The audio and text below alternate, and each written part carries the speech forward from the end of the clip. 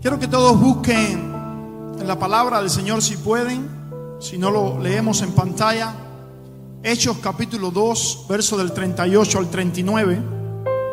Y como Dios hace todas las cosas perfectas, fue el versículo con que abrimos el culto. No nos pusimos de acuerdo los muchachos y yo, pero lo cierto es que ahí está la misma palabra que se leyó al comienzo. Hechos capítulo 2 del 38 al 39. Esta palabra la prediqué hace solamente unos días en una hermosa iglesia que me invitaron a predicar. Y el título es: La promesa del Padre es para ti. La promesa del Padre es para ti. Hay 4 que creen que la promesa del Padre es para ti. Te puedes mirar al lado y decir: la promesa de Dios es para ti.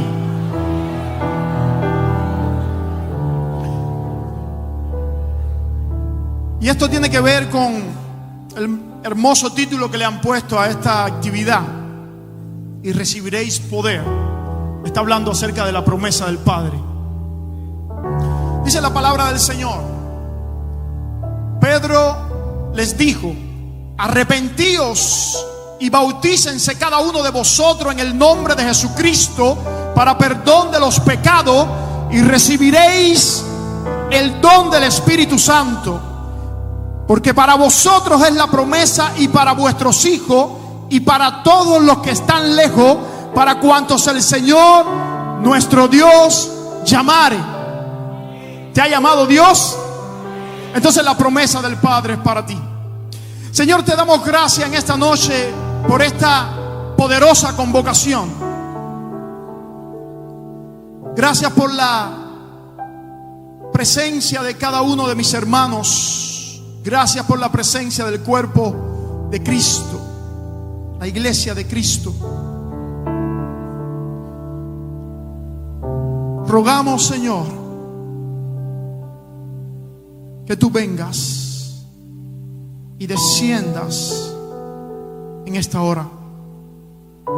Porque si tú no desciendes, todo queda en una hermosa actividad, hermosos cantos, músicos excelentes, en una predicación más. La diferencia la hace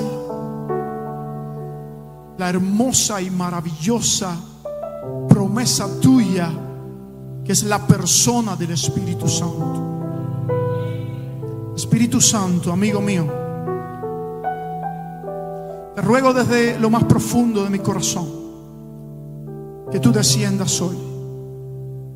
Que tomes cada palabra predicada, cantada, ministrada, y la infundas como una poderosa piedra en el corazón de los oyentes, para que cuando lo necesitemos la tengamos ahí como la espada del Espíritu.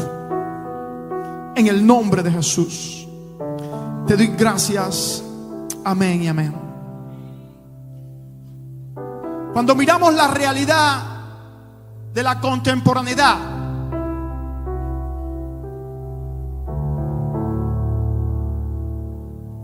es duro decir una realidad que estamos viviendo. Hay muchas congregaciones que han perdido el protagonismo con el Espíritu Santo. Hay muchas congregaciones que han dejado de lado la persona del Espíritu Santo. Y de cuando en cuando claman y piden por su presencia, pero lo único que quieren es presencia para disfrutar un momento, porque la persona que trae la presencia no les interesa. Cuando yo llego el domingo a la iglesia y salto, grito, lloro para tener una supuesta presencia, pero me paso el resto de la semana sin conversar con esa persona que trae la presencia, yo no estoy dando en el blanco. Es motivo de dolor como la apostasía pulula en medio de muchas congregaciones, porque la ausencia del Espíritu Santo en nuestros días, en muchas de ellas, es notable. Las profecías falsas corren por medio de las redes sociales y muchos la aplauden y la celebran, y no tienen discernimiento para poder discernir que es una profecía falsa, porque le falta la hermosa presencia del Espíritu Santo. Si hablamos del don de discernimiento, ya eso ha quedado en el pasado. Ya ese discernimiento de hombres y mujeres que en un banco orando podían levantar su voz y decir: cállalo porque es un demonio. Aun cuando supuestamente quería hablar a Dios, hay ausencia de discernimiento de espíritu, porque cuando no hay espíritu no se pueden discernir los espíritus. El aumento de la manipulación en ministros que están buscando su propia entronización, su propia gloria, su propia fama, su propia carrera, su propio ministerio es abundante. La iglesia de distintos nombres, ministerio, la iglesia es de Cristo, no es de ningún hombre. La iglesia es de Cristo. La adoración es en espíritu y en verdad. Ayer le decía a los muchachos: cantantes hay mejores que ustedes, músicos hay mejores que ustedes, y yo decía, y predicadores hay cientos y millones mejores que yo. Pero lo que hace la diferencia en un evento es la poderosa presencia del Espíritu Santo cuando desciende. Yo no te voy a predicar hoy nada nuevo.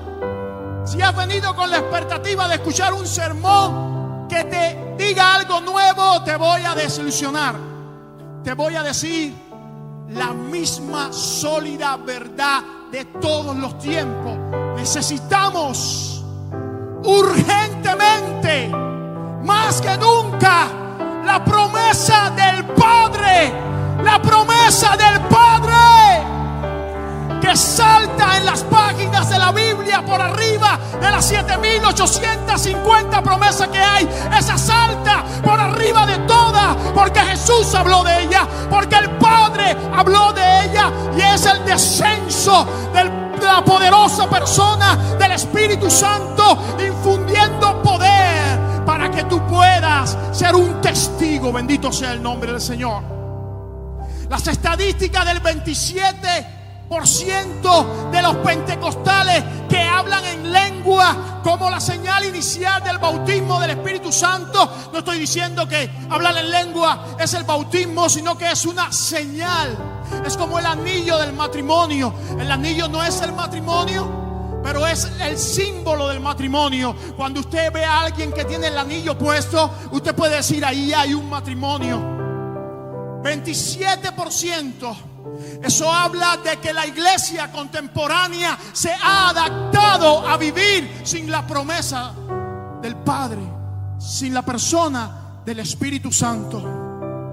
Hoy más que nunca, la promesa del Padre es urgente. Es urgente, porque la iglesia va a morir si olvida la urgencia de la promesa del Padre. Pero déjame decirte algo: está vigente para los que la quieren. Es urgente, pero es vigente para todos aquellos que la quieren, que viven desesperadamente por esa persona maravillosa del Espíritu Santo, que viven con sus corazones adoloridos cuando no le sienten, cuando se van de un culto y Él no está, cuando se van de un tiempo de oración y Él no está, cuando se van de un tiempo de meditación y Él no está. Sienten el profundo dolor de la ausencia del Espíritu Santo. Señor, ven, tú eres la diferencia. Tú eres la diferencia. Jesús se tomó tiempo para hablar de esa promesa. Una vez lo hizo en forma de parábola y enseñó a los discípulos y les dijo de esta manera: en cierta ocasión, un amigo fue a casa de otro amigo para pedirle 3 peces porque le había llegado una visita, y este se levantó no solamente porque era su amigo, sino por la urgencia de la hora. Y está hablando en parábola. Entienda que hay urgencia para pedir la presencia del Espíritu Santo. Y después vienen las poderosas palabras de Jesús cuando dijo: pedid, pedid, pedid, aleluya, y se os dará. Buscad y hallaréis. Tocad y se abrirá. porque todo aquel que pide halla, porque todo aquel que busca, aleluya, se le va a venir el Espíritu Santo, porque todo aquel que llama se le va a abrir una puerta. Si vosotros, siendo malos, saber dar buenas dádivas a vuestros hijos, cuánto más vuestro Padre Celestial no dará el Espíritu a todos aquellos que se lo pidan. Si quieres el Espíritu, tienes que pedirlo. Si quieres el Espíritu, tienes que buscarlo. Si quieres el Espíritu, tienes que tocar insistentemente en la presencia de Dios para que venga sobre tu vida y sobre mi vida. La segunda vez que Jesús anunció la promesa del Padre, una semana antes de ir a morir a la cruz del Calvario, se paró en Juan capítulo 7, verso del 35 al 38, en la fiesta de los tabernáculos. Déjame contextualizarte la palabra. En ese momento se celebraban la fiesta de los tabernáculos del 15 al 22 de septiembre. Esta fiesta era una de las 3 grandes fiestas del pueblo de Israel, o es una de las grandes fiestas del pueblo de Israel. Todos los peregrinos viajaban hacia Israel. Los escritores dicen que había como 500,000 personas en Israel, y cuando viajaban todos los peregrinos se reunían casi 2 millones de personas. En ese momento salían de sus casas, era la fiesta de los tabernáculos, hacían enramadas en las calles, hacían enramadas en los techos. En el templo se hacían sacrificios peculiares desde el primer día hasta el 8º día. Se leía la profecía de Ezequiel capítulo 47, donde el ángel toma a Ezequiel y le muestra que desde el santuario sale un río, y ese río metió a Ezequiel, y la primera parte del río le llegaba por los tobillos. Usted conoce la historia, luego las rodillas, luego los lomos, y luego el río le cubría. Pero curiosamente ese río desembocaba en las aguas del Mar Muerto. El Mar Muerto es simbolismo de muerte, porque tenía 7 veces, o tiene 7 veces más sal que el mar normal. No había peces, no había vegetación, no había vida. Pero escuche, dice Ezequiel que cuando ese río tocaba las aguas del Mar Muerto, ese río que es el Espíritu, dice que las aguas del Mar Muerto recibían sanidad. Las aguas del Mar Muerto recibían prosperidad. Las aguas del Mar Muerto recibían vida, porque cuando llega el río de Dios hay vida. Esa palabra se reía en la fiesta de los tabernáculos.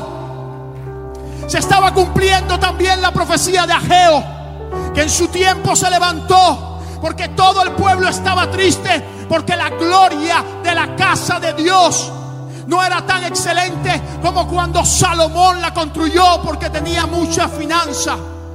Y Ageo profetiza y dice: no se preocupen por la hermosura del templo, no se preocupen por lo bonito del templo. De hecho, les digo que la gloria de esta casa será mayor la postrera que la primera. Y estaba hablando, dice, porque en esta casa se parará, vendrá el deseado de las naciones. Ahora, en medio de todo este ritual, de todas estas lecturas que hacían los sacerdotes, ellos también iban al estanque de Siloé, traían agua, y dicen los historiadores que vertían el agua sobre los atrios de tal manera que el agua llegaba a los tobillos.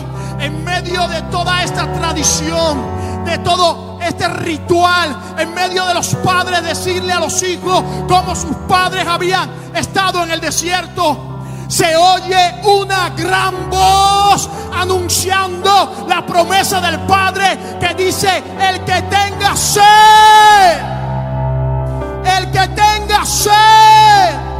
Oh, yo no sé si hay alguien que tiene sed en esta noche. El que tenga sed, venga a mí y beba, y de su interior correrán ríos de agua viva. No es que algo va a venir sobre ti, es que algo va a explotar de dentro de ti y va a salir por tus poros. tocando a cada persona, a cada grupo étnico que esté cerca de ti. Esa es la promesa del Padre. Se para por tercera vez Jesús, ya después de la crucifixión y de la resurrección. Y esta vez dice el texto de Primera de Hechos, capítulo 1 de Hechos, verso 4, que dice: bendito sea el nombre del Señor. Aleluya. Y estando juntos les mandó que no se fueran de Jerusalén, sino que esperase la promesa del Padre, la cual les dijo: oíste de mí. Porque Juan ciertamente bautizó con agua, mas vosotros seréis bautizados con el Espíritu Santo dentro de no muchos días. Y le dice más adelante: pero recibiréis poder cuando haya venido sobre vosotros el Espíritu Santo, y me seréis testigos en Jerusalén, en toda Judea, en Samaria y hasta lo último de la tierra. Ahora, como que estamos batallando en la contemporaneidad con dos corrientes doctrinales que nos tienen confundidos.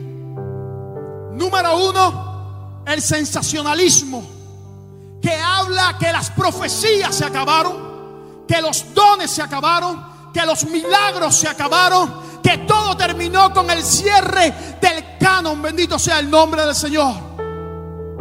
En el año del 90 al 95. Y por otra parte tenemos el otro extremo, el neopentecostalismo, que está exagerando los dones espirituales sobre una supuesta superfe, y lo que está haciendo es deteriorando el testimonio de Cristo para el mundo. Estamos nadando entre esas dos corrientes doctrinales. Pero la Biblia, como siempre, nos da la palabra oportuna y tiene el equilibrio para nuestras vidas, diciendo que la promesa del Padre está más vigente que nunca, y nos dice que no exageremos los dones espirituales. Primera de Corintios 14, del 39 al 40. Así que, hermanos, procurad profetizar, y no impidáis el hablar en lengua, pero hágase todo decentemente y con orden. Aleluya. No hay exageración de dones para una iglesia que sabe usar los dones. Y número dos, se le habla a los tesalonicenses, Pablo nuevamente, y le dice: no apaguéis el espíritu, no menospreciéis las profecías, examinarlo todo y retener lo bueno. Bendito sea el nombre del Señor. Hay argumentos proféticos para nosotros poder entender que la promesa del Padre está vigente. Y lo vemos, bendito sea el nombre del Señor, en la profecía de Joel: y después de esto derramaré mi espíritu sobre toda carne, y profetizarán vuestros hijos y vuestras hijas. Aleluya. Vuestros ancianos soñarán sueños, y vuestros jóvenes verán visiones. Y también sobre las siervas y sobre los siervos y sobre las siervas derramaré de mi espíritu en aquellos días. La profecía está ahí. Hay un argumento bíblico para entender que la profecía, que la promesa del Padre está vigente para cada uno de nosotros. Dice la palabra en Primera de Corintios capítulo 13, del 8 al 13: el amor nunca deja de ser, pero las profecías se acabarán, y cesarán las lenguas, y la ciencia acabará, porque en parte conocemos y en parte profetizamos, mas cuando venga lo perfecto, entonces lo que es en parte acabará. Lo perfecto no es el cierre del canon bíblico. Lo perfecto no es la maduración del cristiano en la tierra. Lo perfecto es el momento de tu glorificación y mi glorificación, cuando entremos a la patria celestial y la transformación tuya y la mía se consume a la imagen de Cristo Jesús. Entonces se acabará lo que es en parte. No hay necesidad de profecía, no hay necesidad de dones, pero hasta el momento no ha llegado lo perfecto. Bendito sea el nombre del Señor. Hay argumentos no solamente proféticos, bíblicos, sino históricos para nosotros decir que la promesa del Padre está vigente. Siglo I, Pentecostés, la iglesia sale arrollando y más de la mitad de toda la ciudad se convierte, porque el poder, el derramamiento del Espíritu Santo estaba sobre ellos. Siglo XV, XVI, se levantó un hombre, Martín Lutero, y trajo 99 tesis, y por eso tú y yo nos llamamos protestantes, porque hubo un avivamiento en ese tiempo. Siglo XVIII, el avivamiento de Alemania provocó el avivamiento de Gran Bretaña, y hombres como John Wesley, George Whitefield y Jonathan Edwards fueron protagonistas. En el siglo, aleluya, XIX, un avivamiento poderoso en sanidad y milagro, y John Alexander Dowie, Evan Roberts, María Wurter fueron protagonistas. En el siglo XX se levantó Charles Fox Parham, Emmett Simple Bergson, Catherine Kuhlman. El derramamiento del Espíritu Santo, aleluya, en Topeka, Kansas, 1901 fue una realidad. El avivamiento en Houston, Texas, 1903 fue una realidad. El derramamiento del Espíritu Santo en la calle de Azusa, California, 1906 fue una realidad. Aleluya. Todos esos avivamientos han sido porque hay alguien que entiende que la promesa del Espíritu Santo hace la diferencia. Bendito sea el nombre del Señor. Esos argumentos históricos no los podemos borrar. ¿Por qué se produjeron? Porque ahí está el poder de Dios a través de la persona del Espíritu Santo. Y por último, un argumento lógico: es imposible que la iglesia pueda prevalecer en el presente siglo malo sin la unción, la capacitación, el poder del Espíritu Santo de Dios. Si la iglesia del siglo I lo hizo, la iglesia del siglo XXI lo necesita desesperadamente. Déjame darte la importancia de poseer la promesa del Padre. Y ahí pudiéramos estar hablando toda la noche, pero tengo que elegir una sola. Aleluya. Y es que el Espíritu Santo, escucha esto, es el especialista. Guarda esto en tu disco duro, por favor. Guárdalo para que no pelees más en vano. El Espíritu Santo es el especialista en tratar con el pecado. Con el pecado de los impíos y con el pecado de los cristianos. Estaban todos tristes, llorando porque Jesús se iba. Y Jesús les dijo: a ustedes les conviene que yo me vaya, porque si no me fuere no enviaré al Consolador. Pero cuando Él venga, convencerá al mundo, a los impíos, de pecado, de un solo pecado. No habla de muchos pecados, de pecado, un solo pecado. Después dice más adelante: por cuanto no creen en mí. El pecado de la incredulidad es un pecado, bendito sea el nombre del Señor, que es un pecado originante. El primer pecado de Adán y Eva fue no creer en que los atributos de Dios eran necesarios para ellos vivir, en no creer que Dios era suficiente para mantener su palabra. Por tanto, el pecado de la incredulidad es un pecado originante, pero también es un pecado reinante. Tanto ayer como hoy, nadie quiere creer en Jesús, el Hijo de Dios. Y Dios está hablando hoy más que nunca, por medio de su palabra, por medio de sus siervos, por medio de sus sacerdotes. Y la gente, cada uno quiere vivir a su complacencia. No quiere creer en el Hijo de Dios. Pero el Espíritu Santo es poderoso para cambiar sus mentes y sus corazones. Y el espíritu y el pecado de incredulidad es un pecado arruinante. No solamente todos los otros pecados nos arruinan la vida, pero el de incredulidad es el que batalla con el antídoto de la salvación, que es creer en el Hijo de Dios. Por lo tanto, para el mundo, tú y yo necesitamos al Espíritu Santo de Dios. Nuestras palabras son insuficientes si no van llenas del poder del Espíritu Santo, porque tus palabras y las mías son solo eso, palabras. Pero cuando tu vida está llena de la promesa del Padre, tus palabras son como dijo Jesús: mis palabras son espíritu y son verdad. Ahora, el espíritu trata también con el pecado del creyente. Y usted va a decir: bueno, pastor, ¿cómo es esto? Cuando vamos a la carta de Romanos, Pablo habla acerca de el pecado en singular y de los pecados. De los pecados habla del capítulo 1 al capítulo 5, del pecado del capítulo 5 al capítulo 7. Y yo le voy a dar alguna diferencia entre los pecados y el pecado. El pecado está en la carne, mientras que los pecados están en nuestra conducta. El pecado es un principio en el hombre. Los pecados son actos cometidos por nosotros. El pecado es la ley en nuestros miembros. Los pecados son transgresiones que cometemos. El pecado es lo que somos. Los pecados son lo que hacemos. El pecado está en la esfera de nuestra vida. Los pecados están en la esfera de nuestra conciencia. El pecado gobierna nuestra vida. Los pecados nos acusan en nuestra conciencia.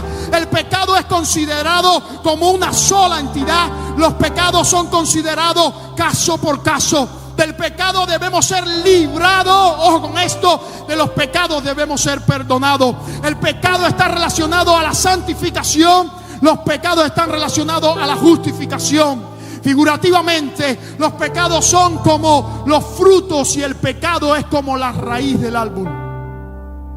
Por lo tanto, cuando tú te convertiste, Dios trabajó con tus pecados en plural. Pero ahora hay alguien que necesita trabajar con el pecado que mora en ti y en mí, porque lo recibimos por herencia adámica. Y ahora Pablo llega a la conclusión de su tesis diciendo: ¿quién nos librará de este cuerpo de muerte? Y concluye diciendo: gracias damos por Jesucristo. Los que están en Jesucristo, aleluya, han sido librados de la ley del pecado y de la muerte. El Espíritu de Dios nos ha librado, Romanos capítulo 8, verso 2, de la ley del pecado y de la muerte. Por tanto, el Espíritu te libra de la ley del pecado y de la muerte. Con el Espíritu Santo tú puedes vencer esa intención que no puedes vencer sin el Espíritu. Tu guerra y mi guerra no es contra carne y sangre, si pudiéramos entender eso. No es contra el hermano que habla mal de nosotros. No es contra el hermano que chismosea contra nosotros. No es con el hermanito que no nos acepta nuestro ministerio. No, amado, entiende. Tu guerra es espiritual y necesitas librarla espiritualmente. Ahora, Pablo habla de esa necesidad del Espíritu no solamente a la iglesia, a los romanos, sino que habla por todo el Nuevo Testamento. Y vaya conmigo, 2 de Corintios, porque el Señor es el Espíritu, y donde está el Espíritu del Señor, ¿qué? Hay libertad. Y nosotros todos, mirando a cara descubierta la gloria del Señor, somos transformados de gloria en gloria a la misma imagen. Y dice: ¿cómo? Por el Espíritu del Señor. Gálatas: digo pues, andar en el Espíritu y no satisfagáis los deseos de la carne, porque los deseos de la carne son contra el Espíritu y los del Espíritu contra la carne. Efesios capítulo 4, 30 y 31, para los que aman al Espíritu: no contristéis al Espíritu Santo, que les ha sido dado para el día de la redención. Quítese de vosotros toda amargura. Los amargados por cualquier situación están inhibiendo la poderosa presencia del Espíritu Santo de Dios. Quítese de vosotros toda amargura, todo enojo, toda ira, toda gritería, toda malicia y toda maledicencia. Efesios, aleluya, nos dice también, escuche esto: por esta causa yo, Pablo, doblo mi rodilla ante el Padre de nuestro Señor Jesucristo, de quien toma nombre toda familia en los cielos y en la tierra, para que os dé, conforme a la riqueza de su gloria, el ser fortalecido en vuestro hombre interior por el Espíritu Santo de Dios. Aleluya. Le dice a Galacia: mas el fruto del Espíritu es amor, gozo, paz, paciencia, bondad, benignidad, fe, mansedumbre y templanza. Pero los que son de Cristo han crucificado la carne con sus pasiones y deseos. Si vivimos por el Espíritu, amados hermanos, si tienes vida de Cristo por el Espíritu, les dice: anden por el Espíritu. Le habla, aleluya, Filipenses, y dice: nosotros somos la circuncisión, los que en espíritu servimos al Dios vivo. Le habla a Colosenses y dice: Epafras nos ha testificado de vuestro amor en el Espíritu. Si no se tiene el Espíritu es imposible amar. Le habla a los tesalonicenses, ya lo mencioné, dijo: no apaguen el Espíritu. Le habla a Timoteo y le dice: Dios no te ha dado espíritu de cobardía, sino espíritu de amor, de poder y de dominio propio. Le habla a Timoteo y le dice: Dios no nos ha salvado por obra de justicia que nosotros hayamos hecho, sino por su misericordia, por el lavamiento de la renovación en el Espíritu Santo de Dios. Todas las iglesias y cartas del Nuevo Testamento, escritas por el mayor teólogo de todos los tiempos, el que escribió 1/3 de todo el Nuevo Testamento, está diciendo: es imposible vivir una vida cristiana si no es por la promesa del Padre, el Espíritu Santo que vive en ti y en mí. Escuche esto: no vas a poder vivir una vida espiritual si no es con la ayuda del Espíritu de Dios. No vas a poder ser espiritual si no es con el Espíritu de Dios. No lo vas a poder lograr. Si miramos las etapas de la iglesia apostólica, perseguida, medieval, imperial, reformada y moderna, la iglesia apostólica, esa primerita iglesia, esa que estuvo entrenada por Jesús, esa nos da un ejemplo de lo que es tener el Espíritu Santo como protagónico. Jesús diciéndole: no se vayan de Jerusalén hasta que no reciban el Espíritu Santo, y me serán testigos en Jerusalén, en toda Judea, en Samaria y hasta lo último de la tierra. En el capítulo 1. En el capítulo 2 estaban orando y de repente del cielo cayeron lenguas como de fuego y todos fueron bautizados en el Espíritu Santo. En el capítulo 3, los que estaban acobardados negando a Jesús hace solo 50 días, ahora salen a predicar un sermón impactante donde 3,000 se convierten y dicen: ¿qué vamos a hacer? Acepten a Jesús. Capítulo 4, ya todos se ven haciendo milagros, señales, prodigios. Aleluya. Se llama a Juan, a Jacobo y a Pedro y se les intimida, bendito sea el nombre del Señor, por haber hecho una sanidad. Y dicen: estimen ustedes a quién nosotros debemos obedecer, a ustedes, las autoridades religiosas, o a Dios. Capítulo 5, Ananías y Zafira se atreven a mentir al Espíritu Santo de Dios y se escucha por primera vez el intercambio de Dios con el Espíritu Santo. No, porque han mentido al Espíritu Santo, no han mentido a hombres, sino que han mentido a Dios. En una vez se usa Espíritu Santo y en otra vez se usa el nombre de Dios. Capítulo 6, hay problemas en la iglesia, servidores, gente para que trabaje. Necesitamos diáconos, colaboradores, gente que haga algo en la iglesia. La primera condición: hombres y mujeres, no importa, pero para trabajar dentro del cuerpo de Cristo se necesita hombres y mujeres llenos del Espíritu Santo de Dios. Pastor, si es para pasarle el vacuum a la alfombra, la Biblia dice: llenos del Espíritu Santo de Dios. Porque te van a contaminar la iglesia. Si hay 2 llenos del Espíritu Santo, que hagan esos 2 todas las cosas, pero tienen que estar llenos del Espíritu Santo de Dios.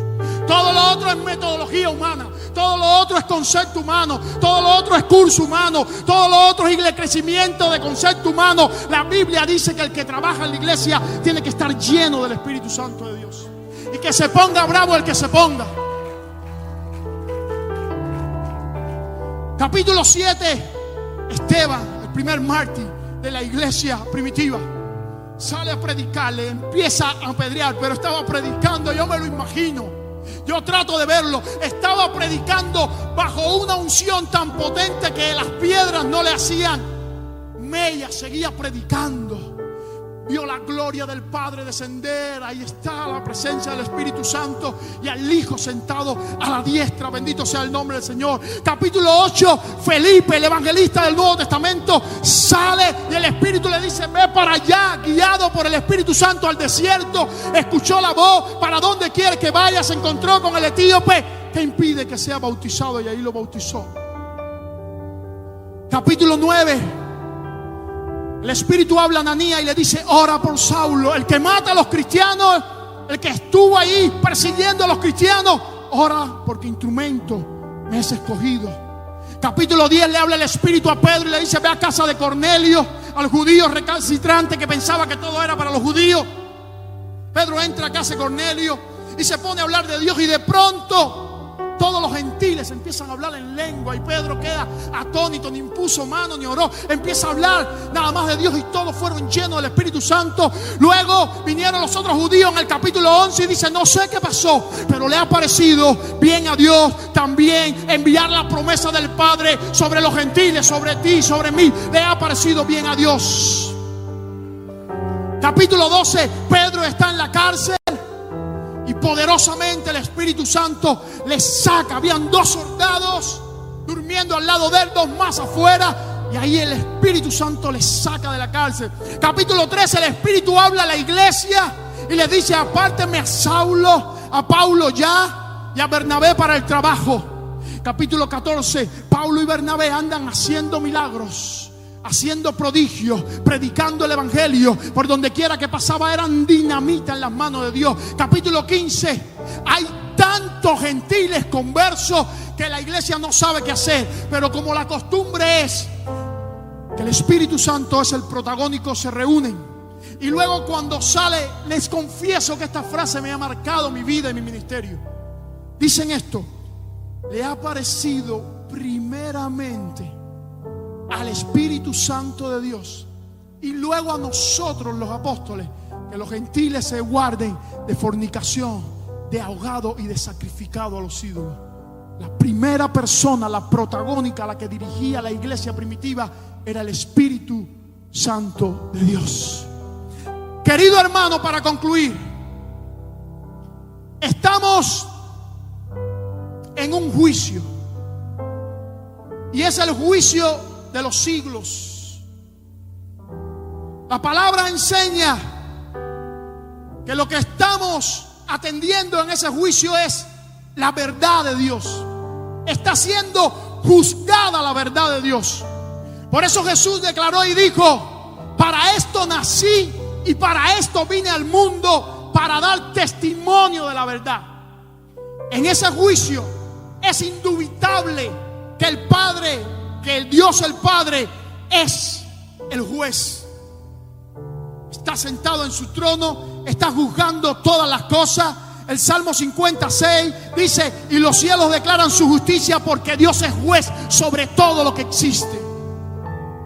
Satanás es el fiscal, el acusador. Apocalipsis 12:10 dice: entonces hay una gran voz en el cielo que decía: ahora ha venido la salvación, el poder y el reino de nuestro Dios y la autoridad de su Cristo, porque ha sido lanzado fuera el acusador de nuestros hermanos, el que los acusaba delante de nuestro Dios día y noche. Él es el fiscal, Él está día y noche acusándote delante del juez, delante del trono de la gracia. Pero tenemos un abogado defensor que se llama Jesucristo, el Hijo de Dios, el Cordero de Dios, que está oficiando su sumo sacerdocio a la diestra del Padre. Él es nuestro abogado defensor. Ahora, este verso que han tomado de lema dice que tú y yo somos, o déjame decirlo del principio, tú y yo necesitamos la promesa del Padre. ¿Para qué? Para ser testigos. Tú no necesitas el Espíritu Santo de Dios para hacer demostraciones de poder. Tú no necesitas el Espíritu Santo de Dios para gritar más alto que alguien, ni para caerte para atrás. Tú necesitas el Espíritu Santo de Dios para ser testigo del poder de Dios. Ahora les voy a dar un dato curioso que me enamoré cuando lo descubrí. La palabra paracleto, asignada al Espíritu Santo, se usa en la Biblia, se usa 5 o 6 veces. 5 veces. 4 se usa en Juan, solamente la escribió Juan en el Evangelio, y una vez se usa en Primera de Juan capítulo 2 verso 1, hablando de Jesús, cuando dice: hijito, y si habéis pecado, abogado tenemos para con el Padre, a Jesucristo su Hijo. Esa palabra que dice abogado tenemos es paracleto. Por eso Jesús dijo, escucha: y yo os enviaré otro ayo consolador del mismo tipo, de la misma especie. Resulta, amado hermano, que en el juicio de esta vida que tú y yo estamos viviendo, donde se está cuestionando la verdad de Dios, y Dios es el juez, y Satanás está ahí acusándote a ti y a mí constantemente, resulta que tú y yo somos testigos. Llévate esto en tu mente y en tu corazón. Y tenemos 2 abogados que nos están defendiendo. Número 1, Jesús, que está a la diestra del Padre.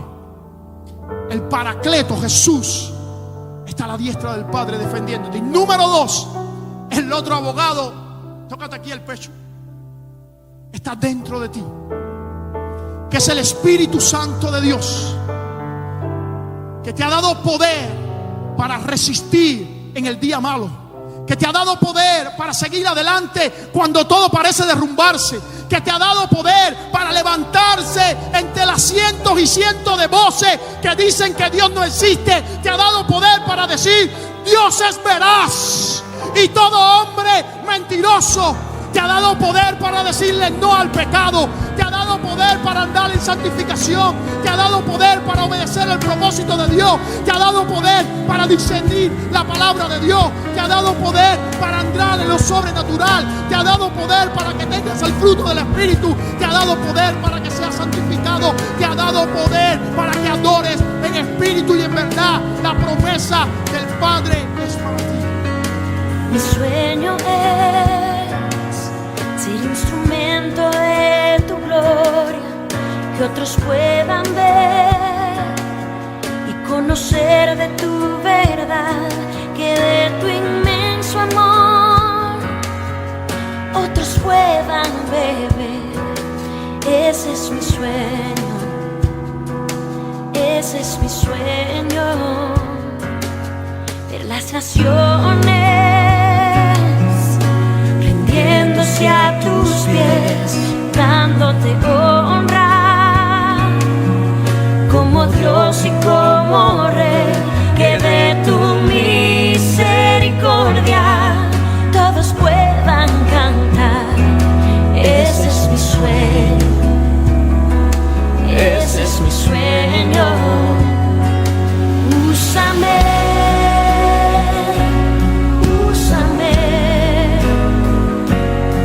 úsame para tu gloria.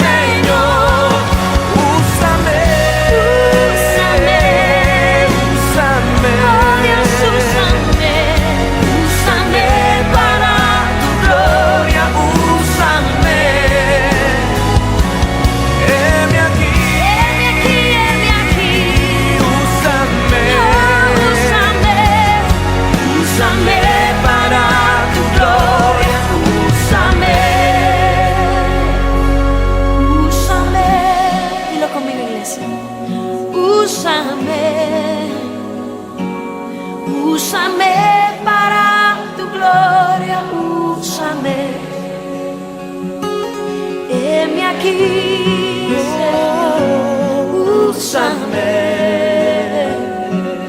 úsame para tu gloria, úsame.